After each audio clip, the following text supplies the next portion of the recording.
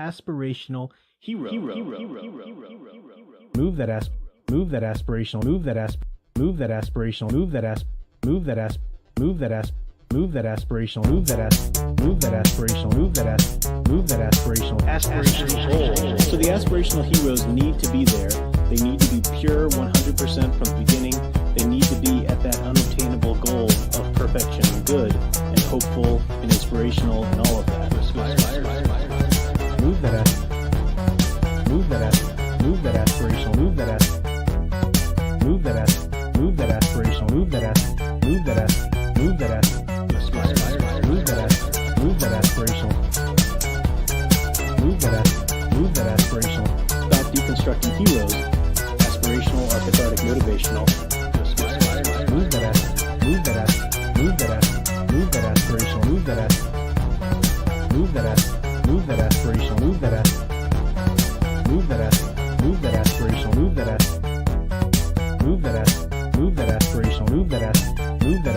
move that to aspire.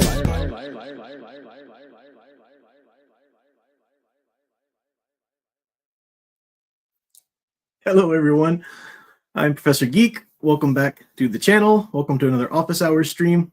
That always makes me crack up every time I watch that. I don't know. Well, I know why. It's because it's funny, but it's never lost its humor for me. So hopefully you guys, everything's coming through okay. Again, I'm in the same setup as I was last week, so it seems to work out a lot better. Connection-wise and everything. Still working on the backdrop here.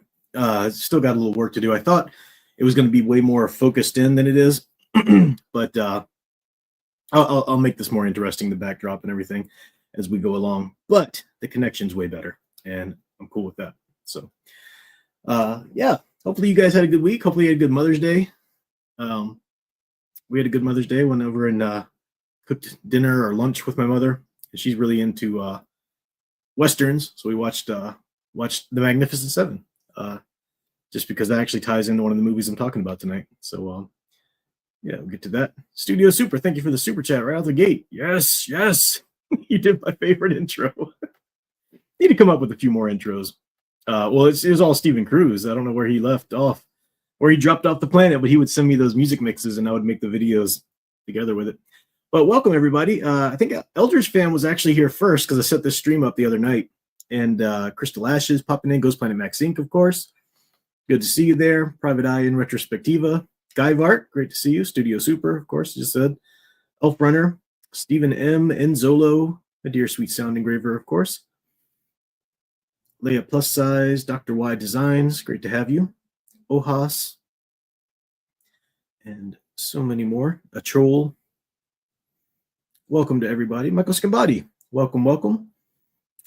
Channel member, I believe. So I'll put your comment up there. I did actually put my archetype videos on member. They're set for members. So if you're a member, you can see all of my old archetype videos.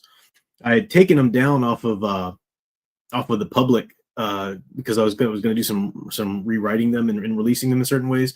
But they are there available for members. So that's one of the members only. You also get the you get some interesting things as members only in terms of content there. There's the one that Al and Fanman and I were playing with that app that makes like what would you look like as a woman. So that video's there too. Michael Scabati says, Professor Geek, why do you think characters like Batman, Punisher, Daredevil strike a chord more than characters like Superman? Speaking for myself, I love crime noir, pulp, police procedurals. Well, yeah, it's a good question. I mean, I don't think they strike a chord. Well, I don't think they strike a chord with just anybody more than that. I don't necessarily think that they're more popular in general. I think the way that they are portrayed versus the way aspirational heroes are normally portrayed tends to make them more popular. I would still argue that Batman should be aspirational. He's a delicate character to write because he should be the other side of the coin from Superman. You know, people like the grittier, for a number of reasons. I mean, you know, there are those who just, I need you to be more realistic. I need to be more realistic. Well, you know, you're watching a show about a vigilante fighting crime. How much realism do you think you're owed? You know, so there's that. And then there's the people who just like the stakes, like things to be a little darker. That's fine. You know, we're going to talk about Dredd here tonight and Judge Dredd. And, you know, that's not a problem, but that doesn't necessarily make it higher art or anything like that. I don't know. It's a big question. But yeah, I too love the crime noir pulp kind of feel. I love that genre as well, which is why Daredevil is such an underrated character. Daredevil, I still need to get a good copy, a good edition of the Frank Miller Daredevil that was so good back in the day. And but yeah, he's a great character. I do show that scene to my heroic archetypes class.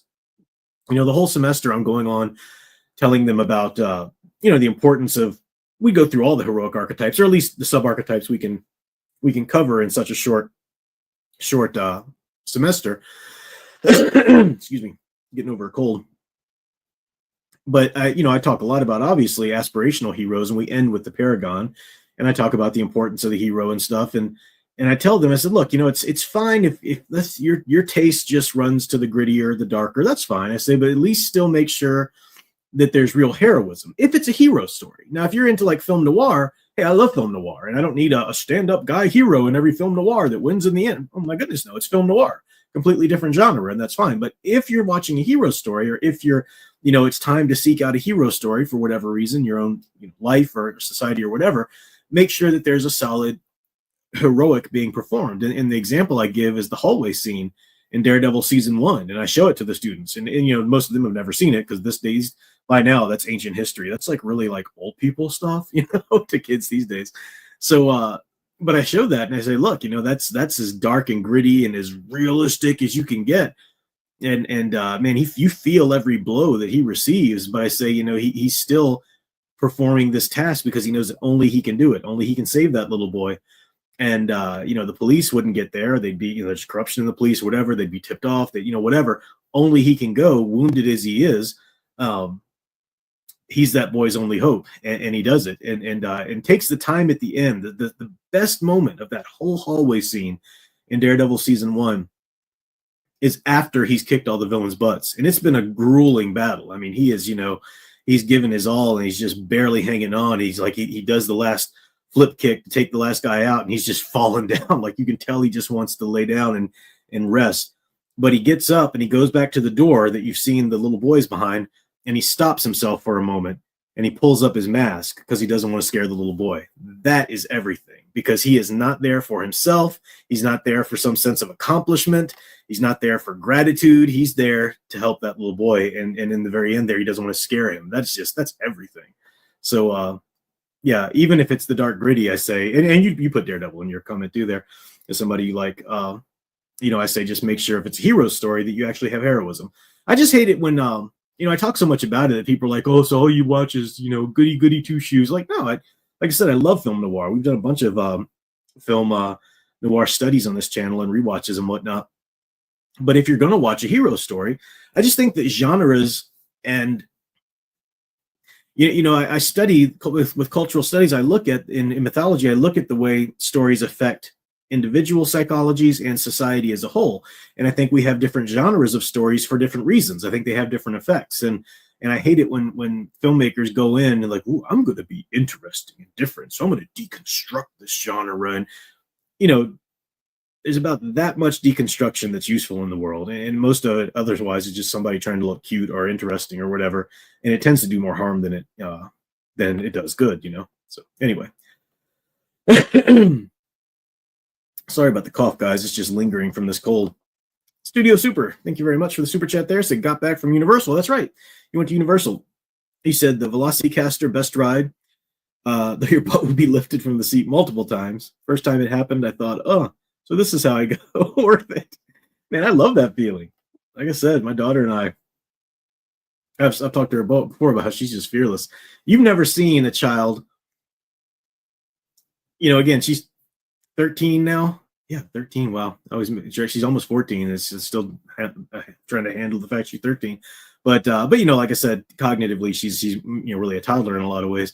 But you've just never seen a human being in such pure, absolute pure bliss as her on the middle of a roller coaster ride. She just, and I love it too. I like the speed rides. I'm not really so much into rides that just take you up and hang you upside down. I mean, I can do that. I'm not scared of it, but that's just not fun for me. And she's like that too. We like the speed, and you can twirl us around and throw us upside down, whatever, as long as you're barreling us through, That's why I like actually wooden roller coasters better than metal roller coasters. Because even though metal roller coasters will take you upside down a lot more, wooden roller coasters give you more consistent speed. The way they're engineered, you have to keep that momentum going from that first hill. Whereas if you notice metal roller coasters, they'll slow you down at certain points, and then you'll do another couple of things, and then you kind of get slowed down, and then you do another couple of things. I like just a consistent run. Bear with me, guys, tonight.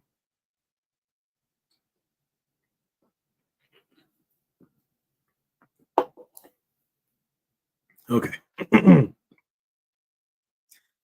haven't talked this much. Let me get to my reviews quickly here before, well, not quickly, because we're going to go through reviews and do quite a few of them. But let me jump in and we can, chat or answer questions in between. But it's possible that my voice might go tonight before I even finish all of them. So I do want to get rocking into them first. But I will get the super chat though, because it's relevant to what we were talking about before we go, before we move into the reviews. Studio Super said, "Yeah, I never get why writers want to separate heroism from the superhero genre. It's like wanting to separate water from a swimming pool. What's even the point of the pool at that point?" Well, every generation has that sort of postmodernist streak, What if we did a hero movie where the hero wasn't even heroic? Oh my gosh, no one's ever thought of that before. It's everybody's thought of that before. And try to do something actually original would be to actually tell a heroic superhero story. But anyway, I'm going to start out with the only book I have on tonight's review docket, and then we'll talk about some films. But if you remember, some months back, I guess now, I reviewed Shelley by Doug Brody. And it's a really cool sort of cyberpunk science fiction-ish. I don't want to pigeonhole into one genre, but it's got all those elements in it. And this book knocked my socks off. I loved it. I just heard about the author from another video, and the premise of the book sounded so cool to me. She's a synthetic, not an android. They call them synthetics in this book and in this universe. And it's a future in which synthetics are a thing. There's robots for everything. There's house cleaning bots. There's sex bots. There's, I think I said nanny bots were one of the examples I give, restaurant server bots and everything. But she is working in law enforcement, and she's a synthetic in charge of helping her team or whatever go after synthetics that go rogue. So whenever a synthetic would harm an organic, a human being, obviously, And it's a great story. I've talked a lot about it, and the sequel is coming out in the summer. June or July. I always get June and July mixed up. But Doug's going to be on the channel at the end of this month and talking about this book and the sequel and all of that good stuff. And it's open for pre-orders now. I've got the link in the description below. But before he wrote Shelley, he had written a trilogy of books called the Ship books. And obviously science fiction, you can see from the cover. These books really cool. Where's the Ship's Revenge is one. I've read the first one. There's three of them. There's the Ship, there's the Ship's Revenge, which I'm talking about tonight, and then Children of the Ship, which is the third one. I haven't read the Children of the Ship yet. That's gonna come here this summer. But talking about the Ship's Revenge was the second one. And if you can go back and watch the review I did of the Ship, it's very much science fiction, but it's also a lot of horror involved. I mean, it's a terrifying tale. I mean, you really get into it, and it's I don't want to give so much away. Basically, this is kind of a good setup for what this book's about in particular. The second one, there are different theories when it comes to aliens, UFOs. Even like real life conspiracy theories about Area 51 and so forth. There's the idea that that they're aliens coming from another universe or whatever, or not universe, another galaxy or whatever. There's the theory that they're coming from the inside the Earth, because a lot of UFOs appear like out of the water or something like that. So there's a hollow Earth kind of theory that ties into UFO. And then there's the theory that it's actually time travel involved. Like these are maybe future humans or beings or whatever from the future coming back somehow to our time period because of a lot of the timey-wimey dilations things that a lot of abduction experiences are described as and stuff, and other reasons too. This trilogy, I don't want to give too much away about the trilogy because I think you should read it. It's really good, especially if you like a little sci-fi / horror. But I can't really talk about The Ship's Revenge without saying that these books do deal with the time travel theory of UFOs.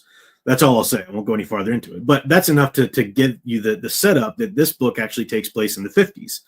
And we still have one of our main characters, Casey Stevens. And it's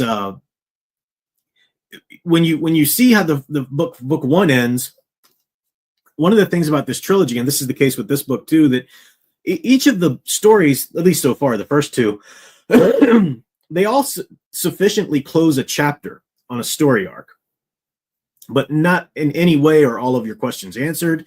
It's very much obviously a chapter in a bigger story.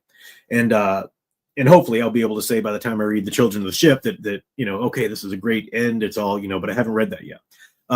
So I can say though that thus far, we've got our part 2 of the trilogy. So very sort of Empire Strikes Back-ish, the ship's revenge, the ship, some bad things happen to our characters that we like. And there's a blow dealt, but it's really fun to be back in the 1950s. I like the way he handled the 1950s because it wasn't, sometimes writers who go back to the 50s in particular, that's one of the things, if I was ever writing a book in the 50s, I'd be more tempted to really write with this sort of fun, rose-colored atomic punk age, glasses on, because I just love that 50s aesthetic and what we thought the future would look like in the 50s. I just love that.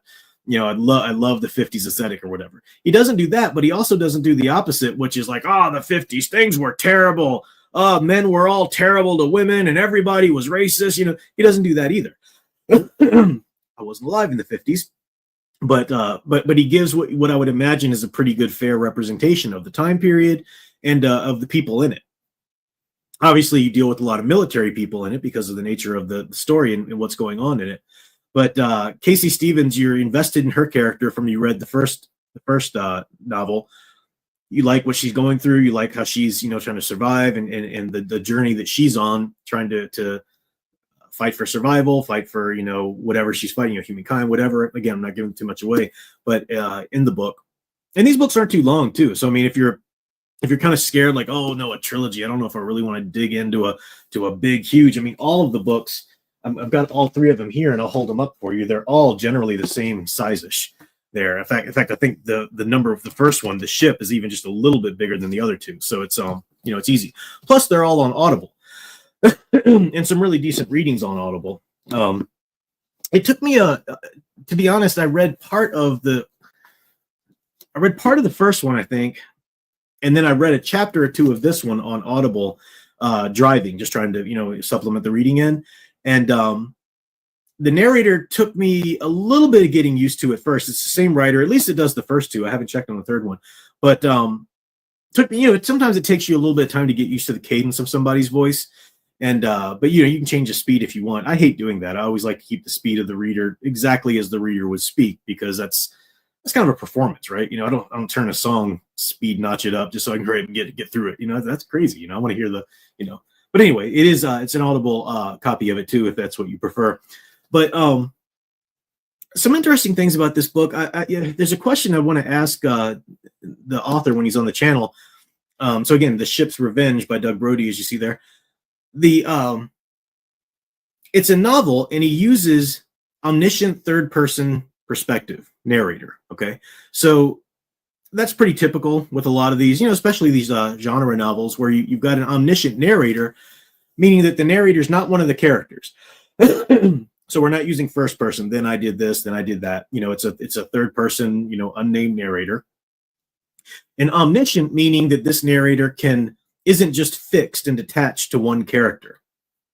So your narrative perspective, you do have narrative perspective. So in certain chapters, the narration will be fixed to Casey Stevens, and you're kind of just on her shoulder, so to speak. It's called third person attached.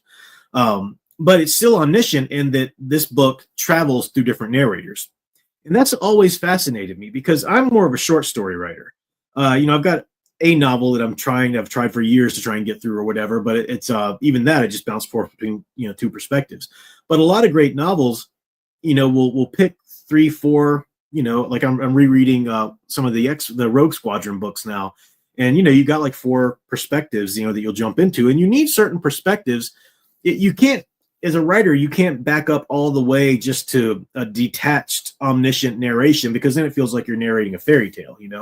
You do have to kind of zero in and be attached to a certain character for a certain period of times. That helps the readers grow attached to the character. It helps the writing go into their interiority, go into their mindsets, and talk about what's motivating them, what they think of these people and that people. And you do have to kind of stick to one person's perspective when you're there. You can't talk about what Casey's thinking and then jump over and talk about what this person's thinking about her too. It's just, that's too much. That's too all-knowing of a narrator. It breaks tension. It breaks, suspense and whatnot. So we've got Casey's perspective. You've got Donovan's perspective. Well, pretend I didn't say that. You've got this other character's perspective who makes sense that he'd be his perspective. There's an employee of Casey's that the book you meet in the very beginning, in the opening. It makes sense that you'd be in his perspective. And then, if I'm correct, I might be missing one, but we have one more character's perspective, McClellan, and I want to say Colonel McClellan, but he might have been a general.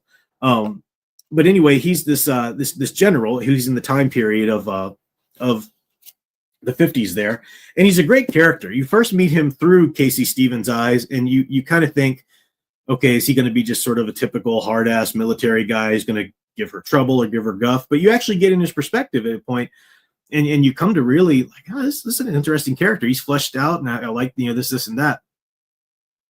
But he's not as it's important to be in his perspective to find out some things that are happening that only he's privy to. You need those scenes narrated, and then you jump back to the main characters. But McClellan he doesn't feel as integral to the entire book as these other 3 characters do. And I don't think this is a problem. This isn't a critique of the book. I'm just finding it interesting as a reader who thinks about how books are constructed. I like to ask authors about, what made you decide on these characters to be your perspectives going in? What made you think about these characters? Because McClellan's a great choice. And looking back on it now, I can't see anybody else that it should have been for that narrative perspective. You can also go to where, if you've read novels, maybe you didn't even know that this was the problem, but it just started to feel like too much. That's usually where you've been in way too many people's heads. The narration is just jumped in so many people's perspectives that it just gets annoying, and it's hard to keep up with, at one point. So there are a lot of conscious decisions that writers have to make. So, I'm curious about, that, and this one handled that very well. I think the only critique I have of it, and this is just sort of my own initial response. I'd be curious to hear, if you guys read this, actually tell me what you think. In fact, I really do recommend you guys read these. Well, first, if you haven't read any of these, pick up Shelley, so you can read the sequel that's coming out, because that's the most immediate stuff. But the Ship's Revenge books are great, and I recommend you check them out. If you do read the Ship's Revenge, I would like to hear your feedback on this too. There's a villain in the book, and this isn't spoiling anything, because he's a villain right when you meet him. His name is Pruitt, government bureaucrat, typical everything you can't stand about, government bureaucracy and whatnot. And this is in the 50s, and his driving motivation is he's against communism, right? Again, it makes sense in the 50s, the whole Cold War going on. Communism is the big threat. That's what governments are going to be, thinking about and whatnot. And he's in some ways, he's more worried about communism than he is about the alien or possible future kind of threats. Again, kind of makes sense, how visceral and how immediate communism was back in the day. And that was okay. I was fine with that. I didn't really, I didn't need his motivation fleshed out any more than that. I kind of accepted him as a government heavy, kind of myopically fixated on what's the pressing near threat. That was fine. Then we get a little bit more of Pruitt's character motivation and backstory, and we find out something about his father and something that happened with his communist spy or whatever. And I actually felt like that little piece of extra motivation in Pruitt made him a little less believable as a villain. Not less believable. That's not a good word to say. I guess it just, like, I was okay with his motivation being government guy in the 50s, terrified of communism. Maybe he's seeking power or whatever. He was just a great villain like that. That little extra piece, it kind of, I didn't like having to think about him wanting revenge for his father. Like that was almost, I don't know. That was I'm sure there's more to the story, and hey, maybe we'll find out more to the story in book 3. I don't know. But, I'm just looking through the book and thinking, okay, what can I say, though, if I had one criticism, if I had something that maybe, if it was a script given to me or a manuscript given to me, I would say, hey, flesh this out here or whatever. That might be the one little thing I would say, is that I didn't like that part of his motivation. If you're going to give us that part, flesh it out more and give us, more of it. But I didn't even think it needed it. I think he's a great villain. I think fearing communism itself was its own. Again, that's the only criticism I have of it, and that's me really kind of trying to think through and trying to say, okay, what's the one thing I think could improve or whatever? Because he's a great villain. He's got a great arc. I like what happens to him. I like everything, But if you read Ship's Revenge, I'd be curious as to what your reaction to that is. Maybe you don't share my reaction to that, but it's a great setup, and it does what a sequel to a trilogy should do. It very much makes me want to go read the third one now. A lot of writers who talk to me about the series that they're trying to, map out in their mind, multi-book series, it seems like such a no-brainer, but so many writers don't get the balance of, you need a coherent arc, but you also need a cliffhanger. And you can't just write to the next cliffhanger. You got to resolve certain amount of things. I mean, same thing if you're doing chapters in a novel.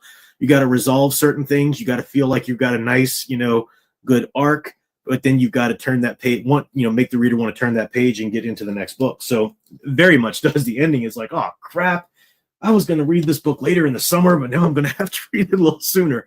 So The Children of the Ship is the next one. And yeah, I recommend these, especially if you like a little bit of horror, science fiction with a little touch of horror. Definitely pick them up. They're great. But we're going to have Doug on in May 29th. If all goes well, unless anything happens, he has to cancel or whatever. And we're going to talk about the books. We're going to talk about Shelley, what was the name of the sequel? I don't know. It's in there. I got the link in the description. Shelley, it's not Mastermind. Shelley something mind. Maybe I don't know. Blanking on the moment here. But the next Shelley's coming out, and it's on his Amazon search results page if you click that link in the description. So check those out.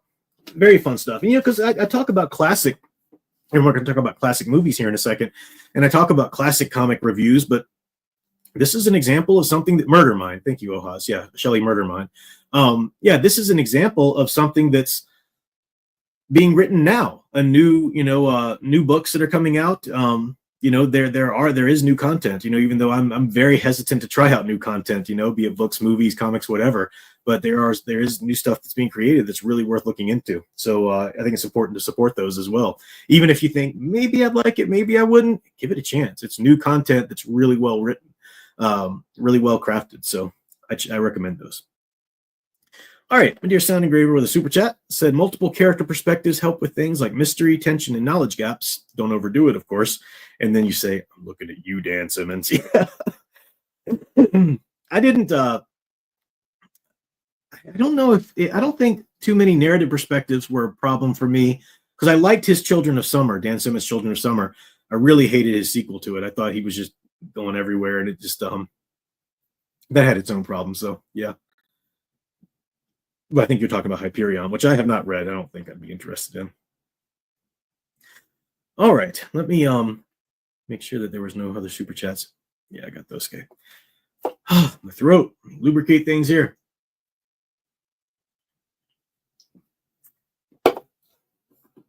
What's next? Okay, I don't have a lot to say about this one, so maybe I'll just go here next. I've been enjoying my science fiction kind of era right now, just at this part of the year in the spring. I did it last year. I'm enjoying it this year. I caught up a lot on X-Files and Millennium, where I wanted to kind of reach a good stopping point for the year. And then I'm thinking, okay, what are some great science fiction classics film-wise that I just never watched for whatever reason? They slipped through the cracks, and I missed them. And I've got this great 4-pack here. I just picked it up at like a value store one day, but it's got great 90s science fiction films. And Gattaca is one I'd never seen, actually. I was gonna watch it. I had done a class project, for one of these undergrad classes or whatever that dealt with something, and I was going to watch that and include it, but I never got around to it. So I watched Gattaca. Gattaca. Great performances, obviously. Ethan Hawke, Uma Thurman, Jude Law. Great cast, great performances. Really cool story. I like the setup. I like the premise. Great premise of the future and this thing about genetics and all of that. And my only problem with the movie was that the pacing started to lag at one point. Somewhere, I think, around the third of the film and a half to a third of the film, it started to lag. The pacing started to lag. And what I mean by that is not that, make more things happen so my attention span can stay engaged. That's not what I mean at all.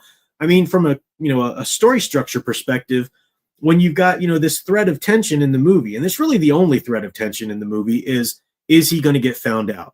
Ethan Hawke's character is posing as another genetically superior character so that he can have this good job and get this astronaut gig into space and so forth.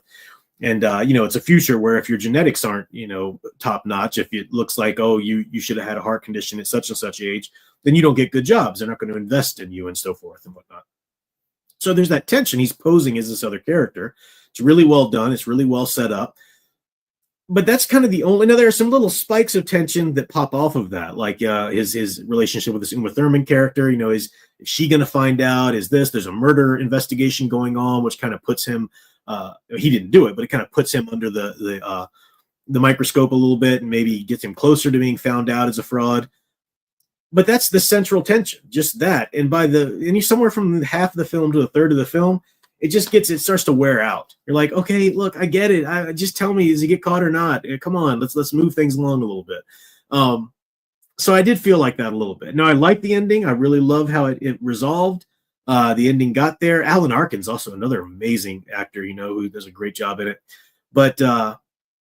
But it was a movie I felt could have been a little shorter, or not shorter if you add some more stuff in that really gives me keeps the tension going. It's something as a storyteller you need to think about.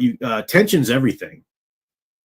Not that you need to have a very tense, suspenseful story at every moment. No, that's bad too, right? You've got to have pacing in the tension. You've got to have ups and downs. You've got to keep the reader or the listener or watcher, audience engaged. But you can't wear out one thread too much, So yeah, that was my initial thoughts. That was my thoughts on Gattaca. I don't have a terrible amount of say on that. It's an old classic film. I know you guys. No one's really talking about it too much here. Sound Engraver says it's the movie that made me realize how squeamish I am. Yeah, Sound Engraver has hypotension. Anytime she thinks about anything too medical, anytime she just can't handle that. Guy Bart, yeah, RoboCop, the original RoboCop. Fan Man and Al and I were talking about the other day. Yeah, I saw that as a kid growing up. Yeah, that's one of those movies you want to see as a formative child years, growing up. The other sci-fi movie that I don't have listed on the description, I forgot to list it, but it is one that I watched recently, and it's one that I had talked to you guys about that I was going to watch, was Battle Beyond the Stars. The Roger Corman, one of those sci-fi movies that popped up after Star Wars. And this is I really like the film. It's kind of a standout among those little sort of exploitation, or I don't know what you want to call them, but the sort of the Star Wars, sci-fi movies that popped up. I say sci-fi a lot too, because that's just the term I like to use. I like to use sci-fi. In certain science fiction fan circles, especially in academic circles, you run into this real snobbery where sci-fi, that's the fluff. Like they would call this movie sci-fi. But if you're talking about Brave New World, don't call that sci-fi. That's science fiction, and it's gotten so pretentious to the point where now, especially in the academic world, if you're talking about a science fiction novel or work or whatever that they think should have a little bit more brevity and artistic merit, no, we call that SF. Don't call that sci-fi, it's SF. Yeah, this is a fabulous new SF novel, and it blah, blah, blah, blah, blah. Anytime you hear somebody use that phrase, just they're way too pretentious. It's just a sci-fi. It's sci-fi. You're talking about Journey Through the Stars, and the notion that just because it's a Journey Through the Stars movie means it can't be artistic is absurd. This one's an interesting case study in that, because on the one hand, it's a Roger Corman film. He liked to cut corners. He did not like to be, spending a lot of money. He wanted to get these movies out fast, make a lot of money. So yeah, there's a lot of holes in the story here and there. On the other hand, though, it was written by the great John Sayles, Matewan, Secret of Roan Inish. I mean, he went on to be an amazing filmmaker in his own right. And apparently he wrote the script really well developed, had all these character stories developed out well. But of course, the script got cut to pieces, by the time it comes to be a Roger Corman film. So I would love to go back and read the original John Sayles script. This, cast-wise, of course, you got Robert Vaughn, George Peppard, Richard Thomas. So great cast in there. John Saxon too, I think. Yeah. And excellent cast. James Cameron got his start in filmmaking, I think, on this movie, being the art director. So a lot of great talent going into this movie, and it is based on Magnificent Seven. I teased that earlier, which is, of course, in turn based on Seven Samurai. I would say this is more based on Magnificent Seven than it is Seven Samurai, even though it's ultimately based on Seven Samurai, since Magnificent Seven itself was based on, whatever. But Magnificent Seven made a few changes to that initial story and brought some different character types in and so forth, adapting it to the Western. And it's interesting because Robert Vaughn, who from Man from Uncle, are the Marks and Harrison commercials, as I first, saw him back in the day. But he played in the Magnificent Seven, and he also plays as one of the cowboys, one of the mercenaries hired to come protect this planet in this movie. And it's interesting continuing that thread. So Robert Vaughn ties Magnificent Seven to Battle Beyond the Stars. George Peppard, who went on to play Hannibal in the A-Team. And Hannibal itself, a lot of people don't realize, or A-Team itself, people don't realize is actually based on the Magnificent Seven, especially the pilot. Instead of rounding up cowboys or samurai or mercenaries, they round up these, ex-soldiers on the run from the law, these Vietnam soldier specialists run from the law to help this town besieged by bikers, and that's how A-Team got its start. And that's the premise of A-Team, that it's, and shows like that, even on the Leverage, that came out the next century. So, but anyway, this movie is got the same setup. It's a planet instead of a village, obviously, that's being threatened. Richard Thomas's character has to go and round up these mercenaries, gets a really cool group of them together. Movie's fun to watch, keeps you engaged. You're enjoying the scenes, you're enjoying the performances. By the end, you do feel like, so that person's just out now. Wait. I wanted a little bit more development, and that's because of the things in the script that got cut. So it's it's a Roger Corman film. You're not expecting Shakespeare on the screen in terms of perfect story, no holes whatsoever or anything like that.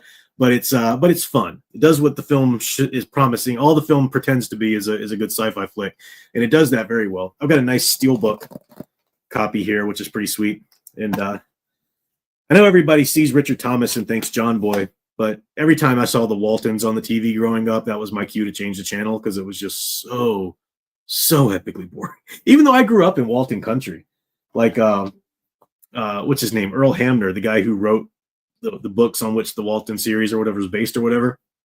I grew up around his actual home country. My aunt actually owned a convenience store on the original site of the Ike Gotzi store in the Waltons or whatever, on which the show was based. So, but I just found it so crazy boring. But Richard Thomas is forever, I'm forever a fan of his because of his work in the original 1989 It miniseries. That's the only It series for me when it comes to film versions, anyway. All right. So let me see if I missed any comments here before I move on to the movies you're probably really waiting for me to talk about. Yeah, James Cameron worked on that, Mark Baker. He got his start in film. I think he was the art director. And shortly after that, obviously, he'd go on to do Terminator and all of those great films. Yeah. Yeah, Private Eye. There's a really great, you might be able to find it online if you do a Google search. There's a really great cartoon, and it's got these literary critics. It's a little black and white, scribble comic thing. And it's these literary critics going, "Oh, scoff, scoff, scoff." And it's this guy in a sci-fi. It's supposed to resemble the original science fiction Buck Rogers cover on the old magazine where he's got a jetpack, and the guy on the jetpack's flying past all the literary critics and said, "You're all just jealous of my jetpack." But I mean, science fiction, we come to a point in the academic world where science fiction, superheroes, even all of these genres are looked at with some serious academic lenses, but you get that snobbery, like, well, let's not look at sci-fi. Let's look at SF. Oh, that's an SF novel. Shut up.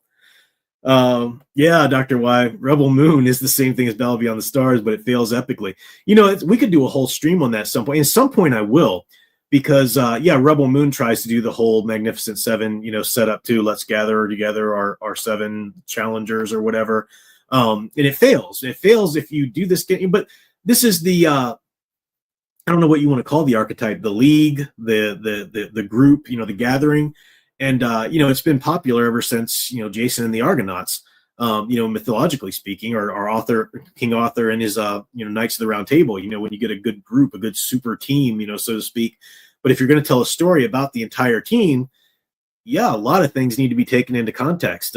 You've really got to have somebody who handles writing teams well. That's one of the reasons why Marvel's The Avengers was such a hit in 2012, because Joss Whedon had always been somebody who wrote a team very well. Whether it was Firefly, whether it was the teams that he wrote on Buffy or Angel or whatever, he was good at writing a group dynamic, and keeping each character a certain arc, keeping each character a certain time. And that's something that apparently Zack Snyder's not able to do, given his work on Justice League, Rebel Moon, and so forth. Cool setups, cool ideas. It still all depends on execution. That's the thing about writing. Anybody can have a great idea. Some people don't like to hear that, but yeah, anybody can have a great idea. A writer has trained to be able to execute that idea, develop it well, actually create the story, and that's the work of writing. But anyway, I can go on a soapbox on that forever. Let me move on to the next film. It's kind of embarrassed to admit that I haven't watched some of these, but I just never caught them back in the day. The first one I saw next up was Demolition Man. Freaking loved it. I mean, immediately loved it. I've always been a huge Sylvester Stallone fan. The Rocky movies were, I watched them. They were kind of fun growing up, whatever. Really like the Rambo stuff. But just anything. And I never even always thought of Stallone as just an action hero. I remember watching, was it Oscar?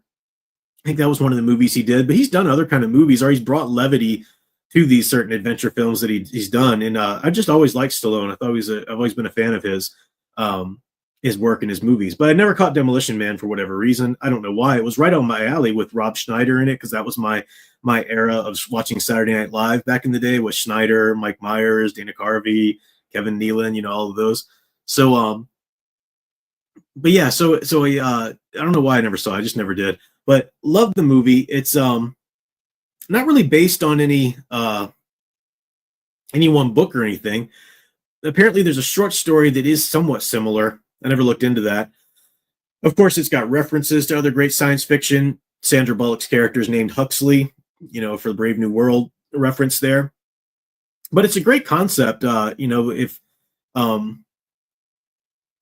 it deals with things that good science fiction would deal with, criminals being sentenced to cryonically being frozen, and then having rehabilitation kind of programmed into their brain, and so Stallone's character, the Demolition Man himself, once he comes out of this cryonic freeze, realizing that he's almost seamstress, like he's been given the skill to sew and stuff, and that was hilarious. Wesley Snipes is an excellent villain. I mean, just a perfect villain. I was really pleasantly surprised to see Otho from Beetlejuice. He was in this movie too. I didn't know that. It was great to see him pop up there. I forget the actor's name, but he was great. So yeah, this movie was brilliant. So much fun. There's some holes in the story here and there.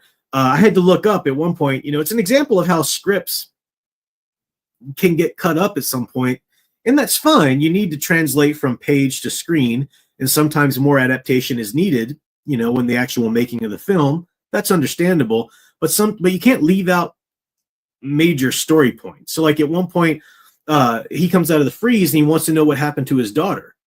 And he's saying, no, don't tell me, don't tell me. And the way the movie is cut now, it kind of leads you to think at one point that Sandra Bullock's character is his daughter, but it's not supposed to. The story wasn't trying to lead you to think that she was his daughter. It's just that they cut the other scenes where he was talking about his daughter, or they were talked about what she went on to be or whatever. So the movie's left with you thinking, was Sandra Bullock his daughter? And then there's like a love scene that shows up between the two of them, and you're like, no, that can't be, you know. So just an example of how not everything needs to be cut, guys. You know, you develop the film properly. But Demolition Man, great movie, very funny, but very the action was excellent. I like this 90s aesthetic of science fiction where there was still color in the movies. You know, once you got to the 2000s, everything just starts to look black. And I don't, maybe it started with people trying to emulate Sin City too much. And Sin City was brilliant, right? That's supposed to be that black and white aesthetic. You know, that's supposed to be what it is. But you did see this sort of steady decline of cinematography into nothing but drab. And it didn't start out completely like that, because if you look at like Nolan's Dark Knight films, even with all the problems I have in it, they're darker movies, but there's still color where there needs to be color.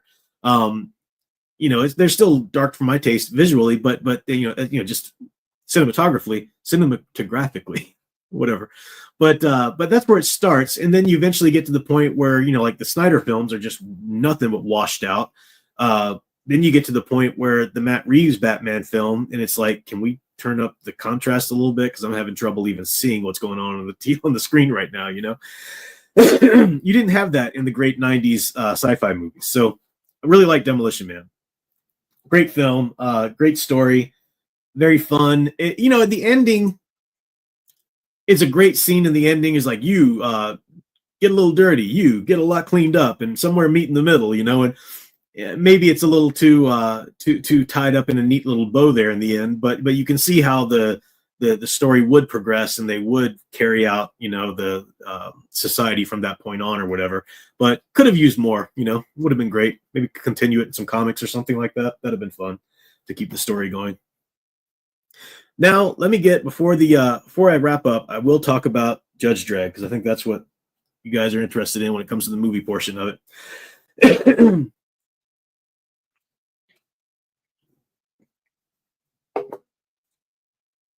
Because I'm a Stallone fan, I never watched. It always been on my radar to watch Demolition Man. I am a Stallone fan, and not Demolition Man, Judge Dredd. You know, I like the idea of the film. I remember seeing the previews in the theater, and it's just one that I never caught. I was a teenager at that point, you know, off doing teenager things or whatever. But I wanted to watch this, and so I did, and I very much loved it. And I was going to talk about it this weekend. And then I thought, you know what? Because of how insufferable YouTube often is, there's no way I'm going to get like 2 minutes worth of talking about this movie without everybody going, bro, have you seen the 2004, the Dredd movie? That one's way more loyal to the comics. That one's way more. Okay, fine. But maybe I'm not talking about that right now, you know? I mean, it's come up before this has happened. So I was like, you know what? I can't even talk about this unless I go watch the other Dredd and have that to talk about too, and have some comparisons or whatever. So I did watch Dredd as well with Carl Urban, right? Keith Urban's the country music guy. Carl Urban. Yeah. So I did watch that too. I don't have a hard copy of that because I watched that on a streaming service. But let's talk about this one first. Now, let me say I've never read any of the Judge Dredd comics. So if you're somebody coming in who was a major fan of the comics, or maybe you went to the comics later or whatever, and if that has bearing on how well you like this movie versus that movie, I can't speak to that. Okay, I can't speak to that.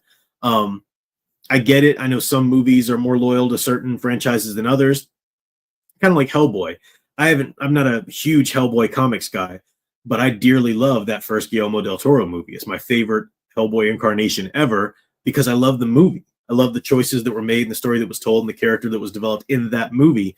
And other people will come along and say, yeah, but that's not true to the comics. Like, I get that. And I get that's why maybe you don't like it. But that just tells me maybe I wouldn't like the comics. No, I've read some of the comics and they're pretty good. But no, I love that first film. So when I talk about Judge Dredd with Stallone, I'm just coming at it as a moviegoer, as somebody who appreciates the hero's journey. I freaking love this movie. Now, there, with any sort of 90s action film, there's some holes here and there in the story, or some places that, if you're in a perfect world, you'd like to see that develop a little bit more, or that carried a little bit more here. But one of the things you have in the Stallone film, a lot more than you have in the 2004, it's 2012 or 2014 when Dredd was made. One of the things you have more in the Stallone film is a more archetypal hero's journey. You really, and I like the background, you get development in the character of Dredd, Judge Dredd. You really see his character develop by the end. You see an arc, you see the background, you see him go through the symbolic death and the coming back. You see him, gaining the allies. It's a great film. I just loved it. Loved the aesthetic of it. I also loved that they gave Stallone the blue contacts as well as the villain. And there's a reason why both of them should have sort of the same color eyes, but they got these crystal blue contacts. And it made me think of how Stallone might have been in a Superman role. Because if you don't know, Stallone in the day, I don't have all the details on this, but he actually lobbied, or he actually wanted to try to get the role of Superman when they were making the movie, because apparently he'd been a big fan. Didn't go to him in the end. Obviously, I'm very glad Christopher Reeve got it, because Christopher Reeve's amazing. But I always thought, I was like, I bet Stallone would have done a decent job. You don't think of it, but apparently he was a big fan of it. And seeing him in peak physical form there, but with the blue eyes, it was like, oh, that's something like he would have maybe looked at Superman. It's kind of cool. Love the Diane Lane does a great job in it. Rob Schneider again is in this one. Who's the Max? Oh, I never always mispronounce his last name, but the guy who plays the Supreme Judge or whatever was really great. So anyway, I like this movie. Good hero's journey. The world building of these early 90s, this was 95, I think. So late 80s to early 90s, the world building, I like the scope. I like they didn't have the computer animation, computer effects that they have today. So they really had to work with practical sets, practical effects. And I love what that makes the scenery and the city look like in these types of movies. If you think about Total Recall, Batman 89, or even Batman Returns, Demolition Man, Judge Dredd, you look at the cities around, and unless they're actually outdoors, like some parts in Demolition Man, they were just outside in actual, outdoors, and they had set up certain buildings to look slightly different. But especially when it's super futuristic, The Fifth Element did this as well. I just love the practical effects, even melded in with a little bit of computer work that they had back in the day. It just looks so much more magical. It looks so much more, believable to me than, just the CGI generated landscapes and whatnot that you get in older movies, or more recent movies. But anyway, I love Judge Dredd. Dearly loved it. Love the look. Love the, I'll watch this again, definitely. Absolutely watch this again. Now, talk about Dredd, the 2012 Dredd. I liked it. I really liked that movie. Again, everybody tells me that's more true to the comics and the way they are. Great. I'm glad Dredd exists. Carl Urban, first of all, and I am saying that right, it's Carl Urban, right? So I keep saying that, I'm thinking I'm saying this wrong. But anyway, I've got to give kudos to him for playing that role so well. He always kept the helmet on. He never took the helmet off at all, which I think is probably truer to the comics, right? Judge Dredd is supposed to, he's seen with the helmet, which blacks out his eyes. It's completely, all you see is the bottom part of his face. You never see his eyes. And a lot of actors would have severely scoffed at that. You can tell, Carl Urban, thank you. Who, of course, from Lord of the Rings fame and so forth. But, Stallone is such a big star that he's not going to sign on to that role unless he gets to take the helmet off and show his face some. It's part of, it's the way Hollywood works. We got to have facial recognition and stuff. You got to see our face and associate it with this franchise and whatnot.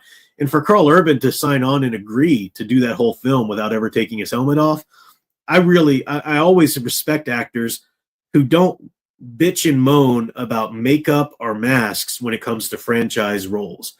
You talk to Star Trek actors, and you listen to like behind the scenes stories of Star Trek or science fiction TV shows, and there's always somebody, "Oh, I don't want to put on facial prosthetics. It's so hard to act through all of that." Meh, meh, meh, meh, meh. And then you get these phenomenal actors like Doug Jones or somebody who's just like, "Okay, sit down, princess. I got this then." Yes, it's possible to act through that. And if you're going to be in that genre, you need to do it.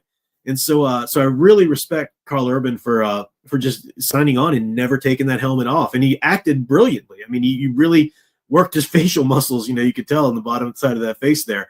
The character of Judge Dredd, though, is not the main character of the Dredd movie. He's the badass bodyguard / mentor, and he's great. He's great in that movie. I love his character in that movie, but he doesn't really go through any character progression. I mean, maybe you can argue a little bit in that he passes, his the candidate or whatever, but very minimal. It's her story. She's the protagonist of that film, and that's not a bad thing at all. I'm just saying these are the differences in the two movies.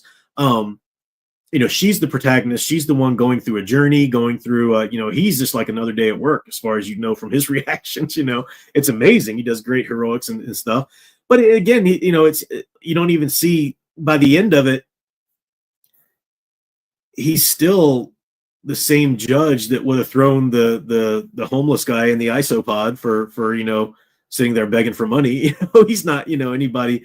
And you see that differently in the Stallone film. You see him actually go through a progression, and by the end, he's a little bit more of a heartfelt guy or whatever, from what things have happened and whatnot. Again, maybe that's light years away from the comic, and that's fine. I'm just talking about the movies. But Dredd was great. It was a great film. Really, one of the cool things about the Dredd movie was unity of place, unity of time, unity of characters. All the Aristotelian unities were there. We're in this one office building or apartment building complex, whatever, Peachtree, whatever. But I did not like the look of Mega City.